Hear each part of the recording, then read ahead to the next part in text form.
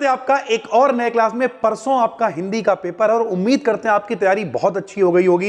एक क्वेश्चन आता है जो कि पेपर में 11वां क्वेश्चन होता है, शब्दों में सूक्ष्म अंतर। आपको दो शब्द दे रखे होते हैं और दोनों का आपसे पूछता है इसका अर्थ बताओ भाई। ठीक, तो बहुत ही इंपॉर्टेंट जो छठे हुए क्वेश्चन है वो यहां पर हम आपको 20-25 दे रहे हैं। बाकी आप पढ़ रहे होगे मॉडल से, बहुत अच्छी बात है, लेकिन ये सारे वो हैं जो बार बार पेपर में आए हुए हैं, प्लस 2025 के सातों सेटों को भी हमने इसमें शामिल कर दिया है। जो दिक्कत है आपको कमेंट करो, कल दिन भर में कम से कम 5-7 वीडियो डालेंगे हिंदी की, और जो भी बचा कुचा है वो भी आपका तैयार करा देंगे।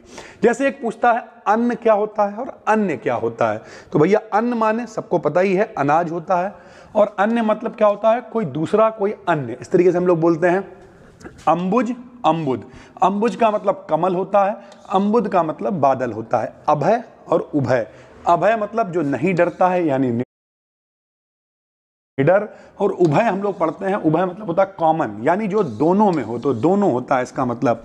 सुत और सूत, सुत माने लड़का होता है, पुत्र सुत मान ही मातु पिता तब लो, अब लाल दीख नहीं जब लो। सूत माने क्या होता है सारथी होता है, साथ वाला भैया। ठीक, अंश और अंश, अंश का मतलब कंधा होता है और अंश का मतलब हिस्सा होता है। जलद जलज, जलद का मतलब बादल होता है, जलज का मतलब कमल होता है। अनल अनिल, अनल माने अग्नि, अनिल माने वायु। श्रवण माने कान, श्रवण माने भिक्षु यानी भिखारी भैया। ठीक, बसन माने वस्त्र होता है, और व्यसन माने सबको पता है नशा वगैरह होता है उसके लिए व्यसन इस्तेमाल करते हैं, तो आदत, किसी भी चीज की आदत पड़ जाना, लत लग जाना, उसे हम लोग व्यसन कहते हैं। ये वाला बहुत इंपॉर्टेंट है। अभिराम का मतलब अनवरत, बिना रुके हुए। अभिराम का मतलब आकर्षक, जो देखने में अच्छा लगे। अंश का मतलब भाग होता है, हिस्सा होता है। अंशु का मतलब किरण होता है। वात का मतलब होता है बातें, और वात माने होता है वायु। आपने फिजिक्स में पढ़ा होगा निर्वात, निर माने नहीं, वात माने वायु, तो जहां कुछ नहीं होता वहां निर्वात यानी हवा होती है, और जहां हवा भी नहीं होती वहां वैक्यूम निर्वात होता है भाई। ठीक, फिर उसके बाद द्रव, ये भी आपने केमिस्ट्री में पढ़ा, द्रव मतलब तरल पदार्थ होता है। द्रव्य माने रुपया पैसा धन पदार्थ होता है।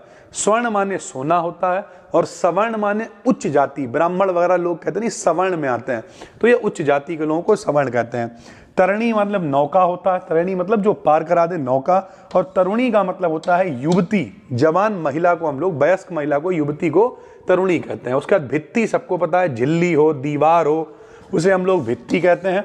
और भीत का मतलब होता है, लोग कहते नहीं भयभीत हो गए, तो डरा हुआ होता है। नीर माने जल होता है, नीड़ माने घोंसला होता है। नीड़ का निर्माण फिर सुना है, बार बार घोंसला टूटता है बनता है, नीड़ का निर्माण फिर।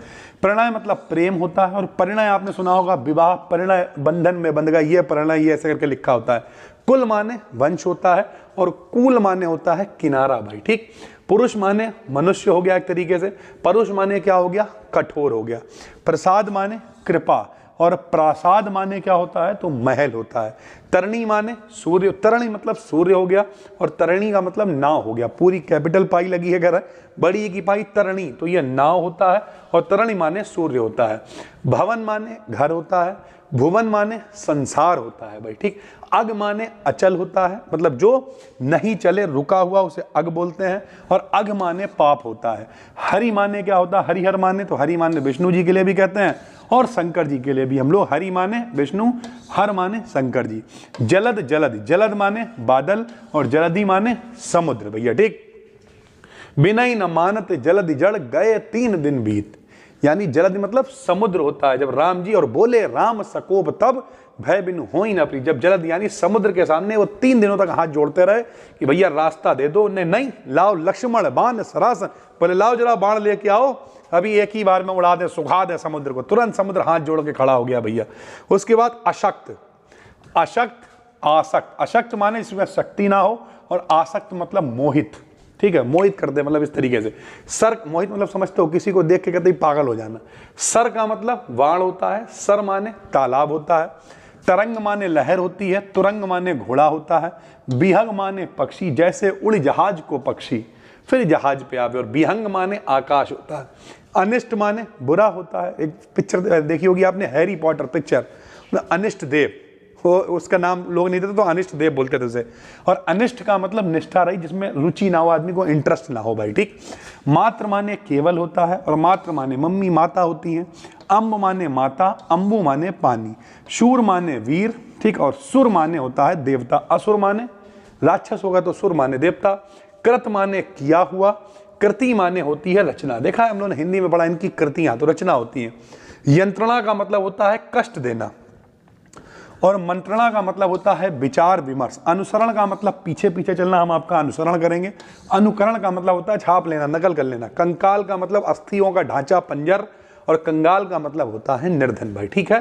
तो ये 2 नंबर में आपके पक्के हो जाएंगे मेरे हिसाब से, इन्हीं में से आ जाना चाहिए। बहुत इंपॉर्टेंट है, पर्यायवाची हैं, मुहावरे हैं, ये सब भी हम सोच रहे हैं कल दिन भर में बहुत सारी वीडियोस, बल्कि एक एक वीडियो के अंदर कई कई चीज़ें कवर कर दें। तो कमेंट करो कि आपको वीडियो चाहिए या फिर आपको जिस तरीके की वीडियो चाहिए वो भी कमेंट करिए।